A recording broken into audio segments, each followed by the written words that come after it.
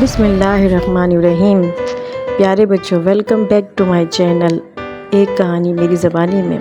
ہم آج پھر آپ کے لیے ایک نئی کہانی لے کر آئے ہیں، بادشاہ اور بددعا۔ کہانی پہ جانے سے پہلے جس نے ہمیں سبسکرائب نہیں کیا، لائک نہیں کیا، ہمارے چینل کو سبسکرائب کریں اور لائک کر دیں۔ تو آئیے پیارے بچوں، ہم اپنی کہانی کی طرف آتے ہیں۔ ایک دفعہ کا ذکر تھا، کسی گاؤں میں ایک بادشاہ رہا کرتا تھا۔ بادشاہ بڑا ظالم اور مغرور اور گھمنڈی تھا، غریبوں کو بہت حقیر سمجھتا تھا۔ ایک دفعہ بادشاہ اپنی سلطنت کی سیر کرنے گیا۔ اس نے ہرے بھرے میدانوں میں اور خوبصورت باغات میں ایک جگہ دیکھی، اور وہ جگہ اس کو انتہائی خوبصورت اور بہت اچھی لگی۔ اس نے چاہا کہ اس جگہ پر اپنی رانی کو محل بنا کر دے گا۔ بادشاہ نے اسی وقت دل میں تہیہ کر لیا کہ اب میں دوسرا محل یہیں پہ بناؤں گا، اور بادشاہ نے فوراً اس پہ عمل درآمد کرنا شروع کر دیا۔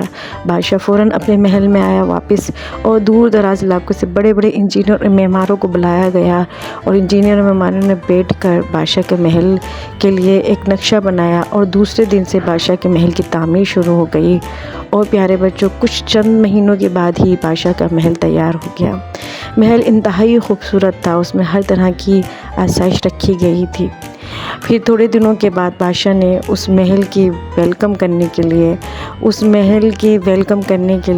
نے اپنے بڑے بڑے امیر بادشاہوں اور دوستوں کو اپنے گھر پہ اس محل میں دعوت کے لیے مدعو کیا۔ بڑے بڑے لوگ اس دعوت میں شامل ہوئے۔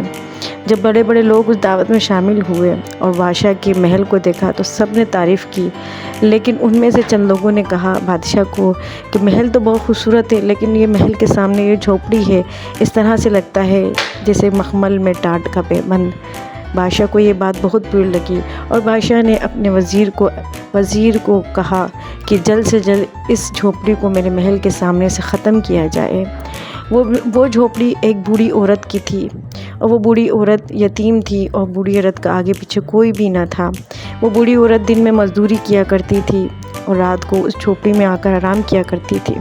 بادشاہ جب وہ عورت اپنے گھر سے نکلی مزدوری کرنے کے لیے، تو بادشاہ کے وزیر نے اس جھوپڑی کو مسمار کر دیا، ختم کر دیا۔ یعنی اس کے بعد جب وہ عورت گھر پر واپس آئی تو اس نے دیکھا کہ اس جگہ اس کی جھوپڑی نہیں ہے۔ جب اس نے دیکھا کہ اس کا ایک رہنے کا آسرا تھا، ایک تو غربت، اوپر سے رہنے کا آسرا بھی چھن گیا ہے، اس نے فوراً وہ آسمان کی طرف دیکھا اور رونا شروع ہو گیا کہ یا اللہ، یہ میرے ساتھ کیا ہوا؟ اے آسرا کو آسرا دینے والے رب، جس نے میرے ساتھ کیا ہے یہ سب کچھ، اے اللہ، اے مالک مولا، جس نے میرے سر پہ سے یہ چھت چھینی ہے، اے اللہ تو اس کے اوپر سے اس کی چھت چھین لے۔ اور پیارے بچوں، مظلوم کی آسمان کو چیر دیتی ہے۔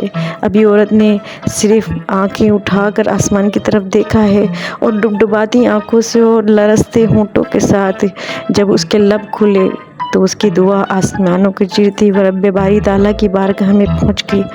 اور اس کے بعد آنن فانن ابھی اس کے ہاتھ آسمان کی طرف اٹھے تھے اور نیچے آئے بھی نہیں تھے، ایک دم اس زمین پر، اس جگہ پر زلزلہ آنا شروع ہو گیا، زمین ہلنا شروع ہو گئی، مکانات گرنا شروع ہو گئے، اور دیکھتے ہی دیکھتے بادشاہ کا خوبصورت محل گر کر مٹی کا ڈھیر بن گیا، اور اس طرح بادشاہ کا گھمنڈ بھی مٹی میں مل گیا۔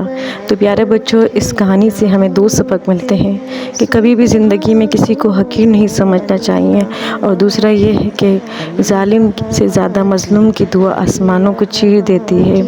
تو پیارے بچوں، اللہ تعالیٰ ہم سب کو اس پہ عمل کرنے کی توفیق عطا فرمائے۔ ہمارے چینل کو لائک کریں، سبسکرائب کریں اور کمنٹس دیں، اور نئے آنے والوں کی حوصلہ افزائی کریں۔ Thank you for watching.